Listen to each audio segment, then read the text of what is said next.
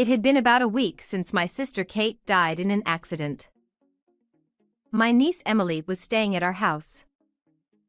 Fortunately or unfortunately, Kate often brought Emily over to our place, so it wasn't a completely unfamiliar environment for her.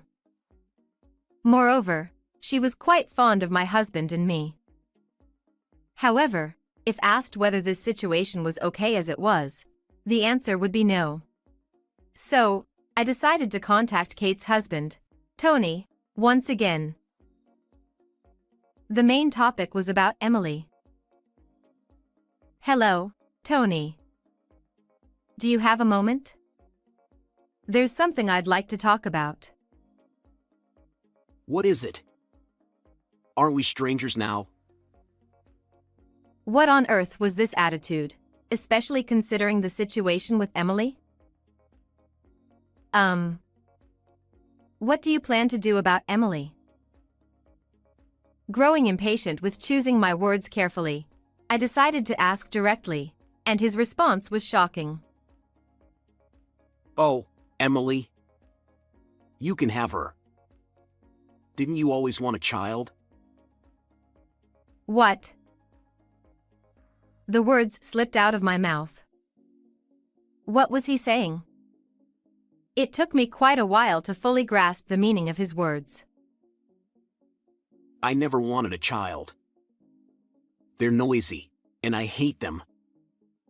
This is a good opportunity to get rid of her, isn't it? At that moment, everything in me rejected Tony as a person. Before even considering if he was fit to be a parent, his words were inexcusable for a human being. My throat tightened. But I couldn't back down now. Given how things had turned out, I swore to myself that I must protect Emily at all costs. All right. Since I can't entrust Emily to someone like you, we'll take her in. In return, don't ever contact us again. Just as I was about to hang up, I heard a voice from the other end saying, "Wait a minute." If that's the case, give me the money you saved for fertility treatment. A rare day off for the two of us together. Since both my husband, Steve, and I, Kathy, work, it's unusual for us to be able to relax like this at home during the day. It's a very nice thing. However, that peace didn't last long. A smartphone placed a short distance away started ringing. It's ringing. Yeah. I wonder who it could be at this time. I hope it's not work. I really didn't want our precious day off to be spoiled, but I couldn't just ignore it either. I reluctantly got up and picked up the phone, which was ringing on the dining table. To my surprise, the call was from my mother. We don't have a particularly bad relationship, but we don't contact each other that often, so I had no idea what it could be about. Maybe that's why I was suddenly gripped by an inexplicable sense of anxiety. Hello? Kathy, it's terrible. Kate had an accident. By the time we arrived at the hospital, my sister had already passed away.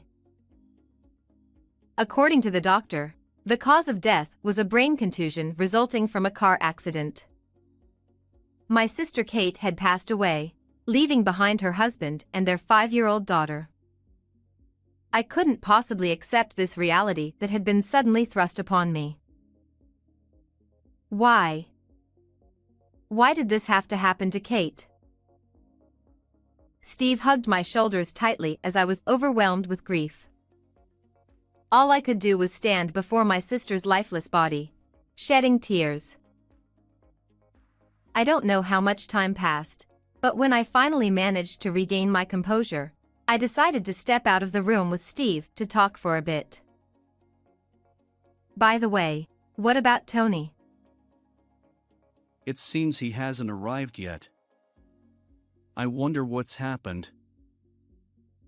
My mother had told me about the situation leading up to my receiving the call. Apparently, the hospital had initially tried to contact Tony, her husband, but since they couldn't reach him, they had no choice but to call my mother instead. Since Kate and I had moved to New York after getting married, our parents, who still lived in our hometown, couldn't come right away, so the hospital ended up contacting me. Of course, we had tried calling and messaging Tony too, but there had been no response to any of our attempts. Part of me was wondering what he was doing at such a time, while another part of me was worried about him precisely because of the situation. Our emotions were tangled up like a ball of yarn. The clock was nearing 4 in the evening. Kate's daughter, Emily, our niece, was still at kindergarten, and someone needed to pick her up. As we were discussing this, Steve volunteered. I'll go. In the meantime, take care of Kate. He must have been grieving the loss of his sister-in-law too. Yet, even in such a situation, Steve remained dependable and considerate. When Steve returned, he brought Emily with him, as promised. Emily seemed confused, not quite able to grasp the situation. She's only 5. It would be cruel to confront her with the raw reality, and yet, she couldn't understand by simply observing what was happening. For the time being, we would have to lie to her in some way, even if it was a lie meant to protect her. Even knowing this, I felt another sharp pain squeezing my chest. We finally managed to reach Tony just before noon the next day. "Hello, Tony? Where are you right now?" Emily had stayed with us last night, but of course, there had been no contact from him during that time. While I could imagine the grief he must be feeling after losing his wife, I couldn't help but feel uneasy about him neglecting his daughter as well. Oh.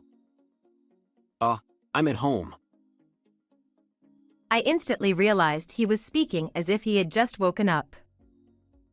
Or perhaps he sounded like he was still drunk.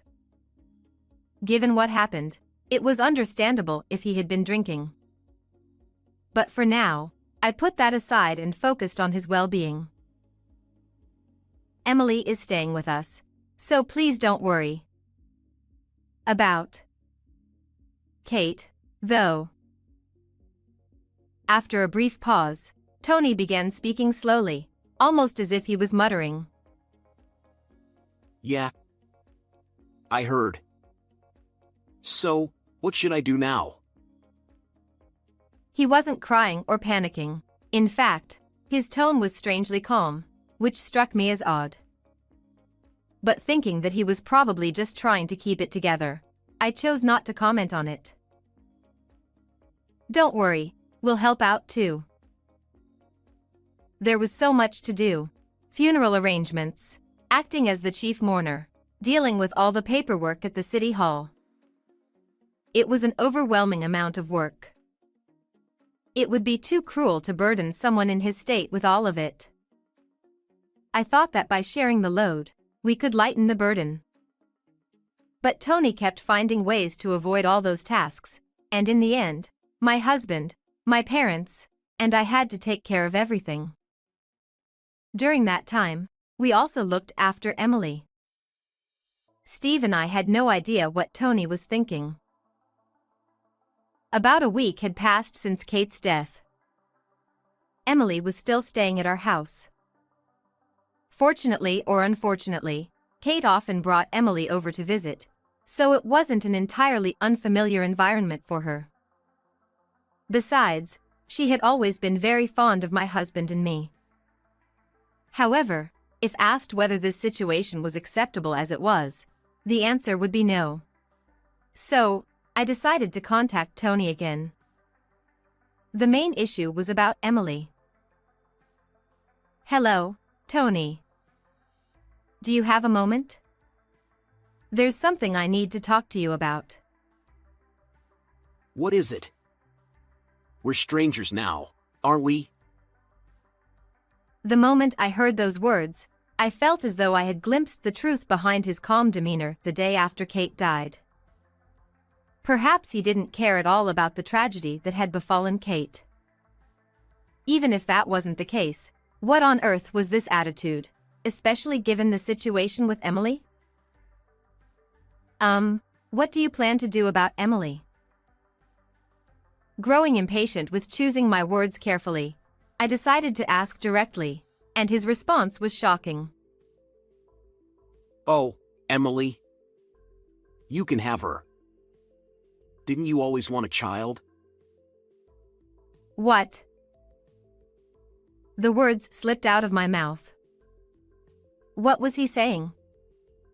It took me a considerable amount of time to fully grasp the meaning of his words. I never wanted a child. They're noisy, and I hate them. It's a good chance to get rid of her, isn't it? Do you even realize what you're saying? Weren't you listening? I don't like noise. Come on, let's talk like adults, calmly. At that moment, everything in me rejected Tony as a person. Before even considering if he was fit to be a parent, his words were inexcusable for any human being. My throat tightened. But I couldn't back down now. Given how things had turned out, I swore to myself that I must protect Emily at all costs. Fine. I can't leave Emily with someone like you, so we'll take her. In return, don't ever contact us again. As I was about to hang up, I heard a voice from the other end saying, "Wait a minute." I reluctantly held the phone to my ear. If that's the case, give me the money you saved for fertility treatments. I heard you were seeing a doctor. Now you've got a child, so it's all good, right? I felt my entire body bristle in shock at his audacity to demand money. This behavior was beyond human. It should be around $30,000, right? I'll settle for that. Who does he think he is? I was boiling with rage. But I thought carefully. Considering the future, if I handed over $30,000 now as a severance fee, we might avoid any trouble later. Paying out of my own earnings wouldn't significantly impact our household finances. After a moment of silence, I spoke, my mouth feeling as heavy as lead. $30,000. I'll pay it, but don't ever contact us again. Glad we could come to an understanding. After getting the bank details, I immediately hung up the phone. I never wanted to hear his voice again. He was such a vile man. That night, I regretted my decision, just a little. Thoughts like, maybe I should have discussed it with Steve, or I wonder what Emily thinks about all this, kept running through my mind one after another. Kathy, are you crying? Huh?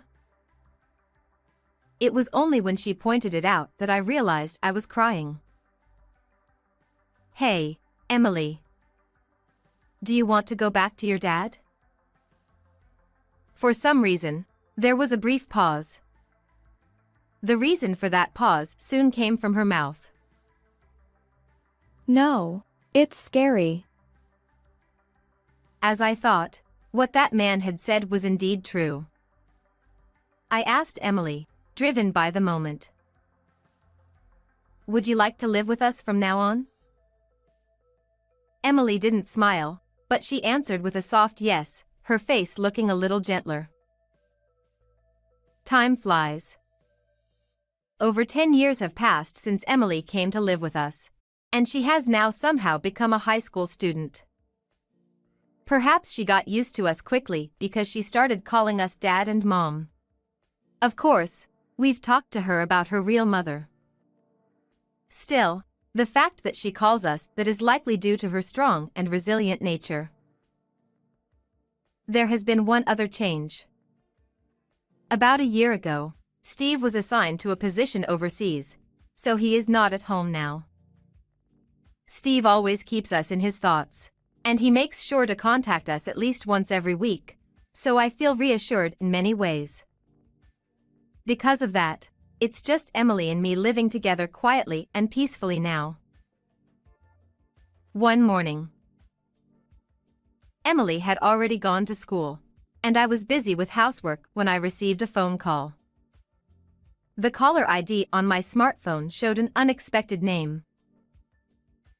Hey, it's been a while. It was Tony, Emily's biological father, the man I fear and despise most in this world. 10 years ago, I had cut all ties with him, telling him never to contact us again. Yet here he was, shamelessly reaching out once more. What do you want after all this time? Well, actually, I've decided I want Emily back. The anger I had felt back then flared up again. No, it was more than just flaring up. My fury was boiling hotter than ever. Do you even realize what you're saying? There's no way I would ever allow that. Yeah, I figured. So, if that's not possible, then just pay me some money. And of course, keep this between us. I was sure of it then. He had no intention of taking Emily back. This had been his goal from the start. Then there was only one thing to do. I hung up the phone without saying a word. But the phone rang again. You know what you need to do, right? Otherwise, who knows what I might do. If things continued like this, Emily might be in danger. No, she would almost certainly become his target. That was the one thing I absolutely had to prevent. No matter what, I had to protect Emily. And for that, I couldn't afford to be choosy about my methods. How much do you want? Once again, I had fallen into this man's trap. I didn't consult Steve, partly because I didn't want to worry him, and partly because I just couldn't bring myself to do it. The threatening phone calls continued every few months. This went on for nearly a year, and Emily was soon approaching her university entrance exams. By that time, the amount had grown to the point where my earnings alone could no longer cover it, and I was exhausted from anxiety and anger. The total was around $50,000. Kathy, what's wrong? Something seems off. It was becoming harder and harder to keep this secret, and it was starting to show, even over the phone. I'm sorry. I have something I need to talk to you about when you come home. All right, but can't you tell me now? You're coming back next week, right? I'd rather talk then, please. Okay, I understand. Steve didn't press further. This was too important, and I didn't think it was something that should be discussed over the phone. The following week, as soon as Steve returned home, I confessed everything. I told him that Tony had contacted me again, that he had been extorting money using Emily as leverage, that the amount had become an absurdly large sum, and that I had kept quiet until now because I couldn't bring myself to say it. I'm so sorry. I never meant for this to happen. A deep feeling of remorse welled up from the bottom of my heart. Tears flowed and fell along with those words. If what you're saying is true, I wish you had told me from the very beginning. But don't worry. It's not your fault, Kathy. I'll handle this from here on out. And besides, It's all my fault for ever introducing you to someone like him. I had seen many sides of Steve over the years. But at this moment, Steve was the saddest, the most dependable, the most passionate, and, above all, the most filled with anger. It was Steve who had introduced my late sister, Kate, to Tony in the first place. Steve and Tony had originally been senior and junior members of the same university club, and he was the one who introduced my sister to Tony. After hearing my story, Steve deeply regretted that decision. I found his weakness. This should be the end of him. Since then, Steve had been visiting mutual friends and had finally managed to uncover some information.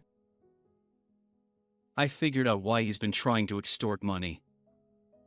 It's because of gambling. He's drowning in debt because of it, and apparently, he's even been dipping into his company's funds to pay it off.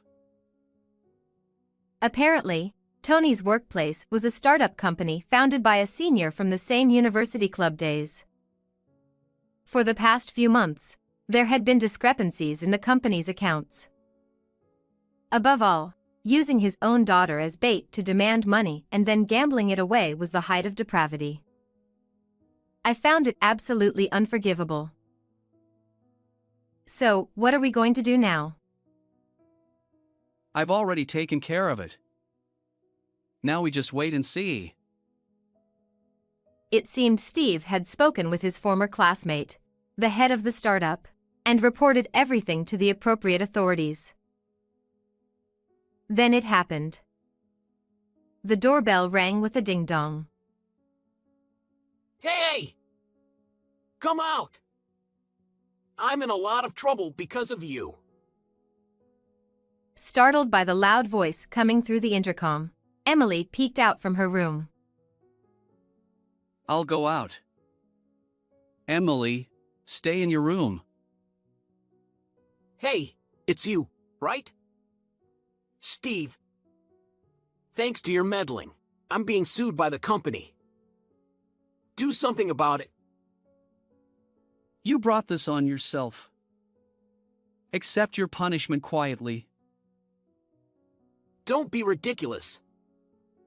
First of all, it's a parent's debt, so the child should pay it back, even if it means selling her body. Enough already. I flinched at Tony's angry shouting, which I could hear even from the dining room, and then I saw Emily pass right in front of me. Emily, where are you going? I told you to stay in your room. Emily smiled as if to say, "It's okay," and walked straight toward the entrance. Oh, is that Emily? You've grown. I am the daughter of the two people in this house. What a way to talk to me after 10 years. But unfortunately, you're still my daughter. The unfortunate one is you. In this country, once you turn 14, you can choose your own parents. I'm 17 now. So, I decide who my parents are. And I have never, not even once, thought of you as my father. If you continue to harm my parents, I will sue you for child abandonment. Emily spoke in a single breath. Steve and I, who had followed Emily, were overwhelmed by her words. Emily had done her research and was confronting her biological father with an unyielding attitude, one we had never seen before. I could only imagine what kind of fear lay behind that courage. Hey, acting all grown up, huh? Fine, fine. I'll leave for today. To me, his voice sounded slightly shaky. He must have been caught off guard by such an unexpected blow. With those words, Tony turned on his heel and left. I'm surprised. I didn't know you were studying that much. I was so surprised that I shivered. I had never imagined that the day would come when the daughter I thought I was protecting would end up protecting us. I'm so surprised too. Thank you, Emily. Then Emily, with a smile I had never seen before, though a bit shy, said, I'm the one who should be thanking you. She continued. If things had gone differently, when Mom passed away, I would have ended up with him. Just imagining that life is terrifying. But you two took me in and raised me. I've always been grateful, and I will always be grateful. So, thank you. My vision blurred with tears. I couldn't clearly see my dear daughter's face. Even so, I hugged Emily tightly, as hard as I could. And, you know, I had a feeling that Mom was being threatened by him. I also knew Dad was looking into things. So I thought I had to do something. From now on, I want to be able to protect both of you. That's why I studied so hard. I want to become a lawyer in the future. Thank you. If that's your dream, we'll support you with everything we've got. But remember this: live your life for yourself, not for us. That's right. None of this is your fault, Emily. You don't have to carry it all. But, like your dad, I will always respect your choices. I'm so glad to be your child. We cried, laughed, and embraced each other, the three of us together. Several more years passed, and Emily successfully graduated from the law department of a local university. She became a budding lawyer. Tuition fees, exam costs, and all the other expenses were by no means cheap, but thinking of Emily, it never felt like a burden. In fact, being able to do something for her brought me the greatest happiness. Steve felt the same way, and he worked even harder to support us. Since that incident with Tony showing up unannounced, he had stopped bothering us. We hadn't heard a single call from him, and our days were truly peaceful.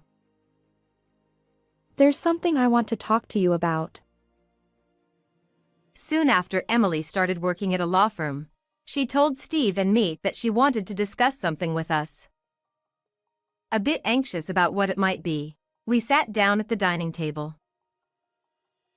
I'm thinking of pressing charges against him. By him, she likely meant Tony. But I wondered if it was even possible to file a lawsuit after nearly 20 years had passed. Can you even do that? It's been so long. I can. And if it goes well, we might even be able to recover the money you gave him, Mom. I'm not sure we really understand, but do whatever you feel is right, Emily. He's a man who deserves to be sued, after all. We have no objections. I feel the same as your dad. But don't worry about the money, okay? Don't push yourself too hard. Got it. The court proceedings began, and the cases were resolved in no time. In both the civil lawsuit over child abandonment and the criminal case for extortion against me, the outcome was predictable. We won. Tony was ordered to pay damages. The total amount was approximately $80,000, far exceeding the money he had once extorted from me. However, Tony, who had already been drowning in debt, had no way of paying such a large sum immediately, and he was finally forced to declare bankruptcy. When all the court proceedings wrapped up smoothly, Tony, whom I saw for the first time in years, looked drastically worn out. Emily, Don't ever show your face again. Goodbye. Her cold words pierced through, but there was no room for sympathy. And so, the long battle finally came to an end. According to Steve, the rumor is that Tony, after declaring bankruptcy, got involved with loan sharks and is now living a harsh life. He has been abandoned by his friends and associates and is likely living in poverty. He went bankrupt, right? Why would he get involved with loan sharks? Well, it seems that even after everything that happened, he couldn't quit gambling. He wasn't always like this, you know. Steve reflected nostalgically on the past. To those who knew him back then, Tony did seem like a reckless guy, but no one expected it to come to this. It is, indeed, a case of reaping what you sow. Meanwhile, Emily's work as a budding lawyer is going well, and she seems very busy every day. She is prioritizing cases involving children, such as child abuse and neglect. Needless to say, it's likely due to her own upbringing. Every time I see her running around so busily, I feel a little worried, but more than that, just seeing her brings a smile to my face. Today is the anniversary of my sister Kate's death. We decided to visit her grave together as a family. Emily, are you ready? Emily, who had taken the day off for this occasion, was modestly dressed up. Not long ago, she was still my niece Emily, but she grew up so much, and now she is a respectable lawyer, our beloved daughter Emily. As I felt the swift passage of time, a mix of happiness, deep emotion, and just a bit of sadness swept over me. I'm almost ready. Okay, I understand. I left Emily's room. As Emily grew older, she began to look more and more like Kate. Perhaps that's where the sadness came from. Sorry to keep you waiting. Mom, what's wrong?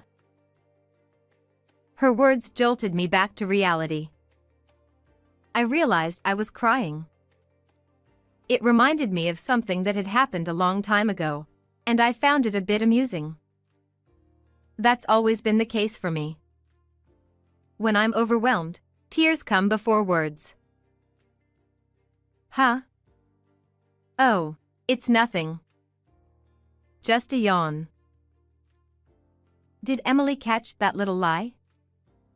But it didn't matter. All right, let's go. Kate's grave was in our hometown.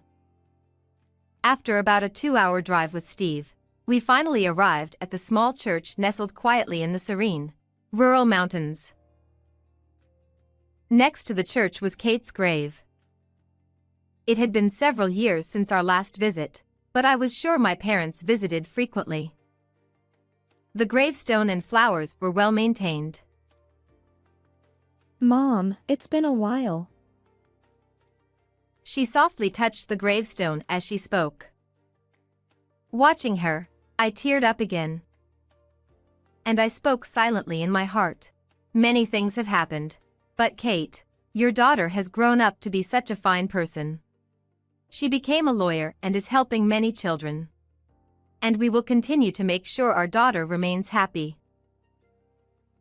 How did you enjoy today's story? Don't forget to subscribe to the channel. See you in the next video.